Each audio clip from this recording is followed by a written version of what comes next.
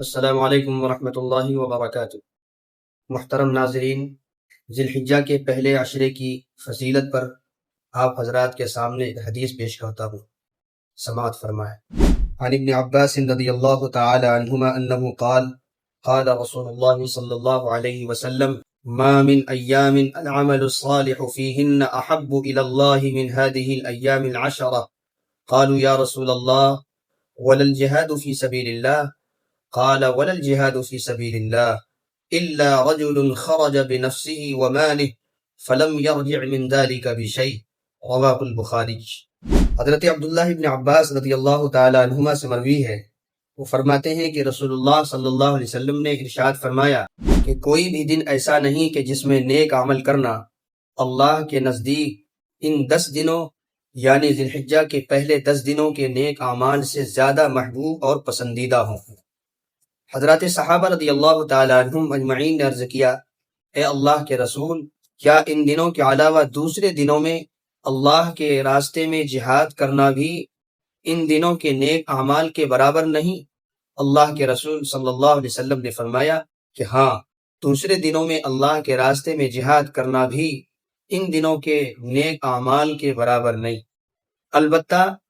اس شخص کا جہاد جو اپنی جان اور مال لے کر نکلے اور وہ اس میں سے کچھ بھی لے کر نہ لوٹے۔ امام بخاری رحمۃ اللہ علیہ نے اس کو اپنی کتاب میں نقل فرمایا ہے۔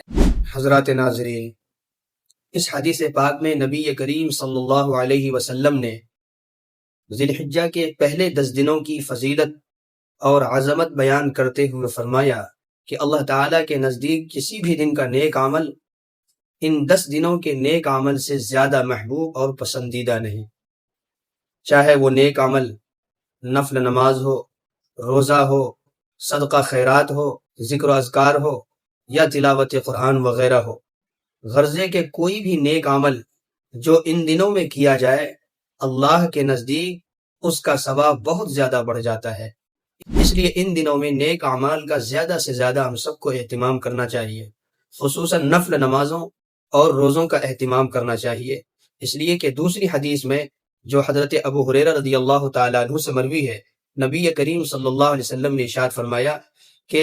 ان 10 دنوں میں ایک دن کا روزہ 1 سال کے روزوں کے برابر ہے، اور ایک رات کی عبادت شب قدر کی عبادت کے برابر ہے۔ اس لیے خوب نفل نمازوں اور روزوں کا اہتمام کرنا چاہیے، خاص طور سے 9 ذی الحجہ کو روزہ رکھنے کا اہتمام کرنا چاہیے، اس لیے کہ ایک حدیث میں نبی کریم صلی اللہ علیہ وسلم نے فرمایا کہ یوم عرفہ یعنی 9 ذی الحجہ کا روزہ 1000 روزوں کے برابر ثواب رکھتا ہے۔ اسی طرح نبی کریم صلی اللہ علیہ وسلم نے دوسری حدیث پاک میں فرمایا کہ جو شخص 9 ذی الحجہ کو روزہ رکھتا ہے تو مجھے اللہ کی ذات سے توقع اور امید ہے کہ اس کا یہ روزہ اس کے 1 سال پہلے اور 1 سال بعد کے گناہوں کا کفارہ ہو جائے گا۔ اللہ تعالی ہم سب کو عمل کی توفیق عطا فرمائے۔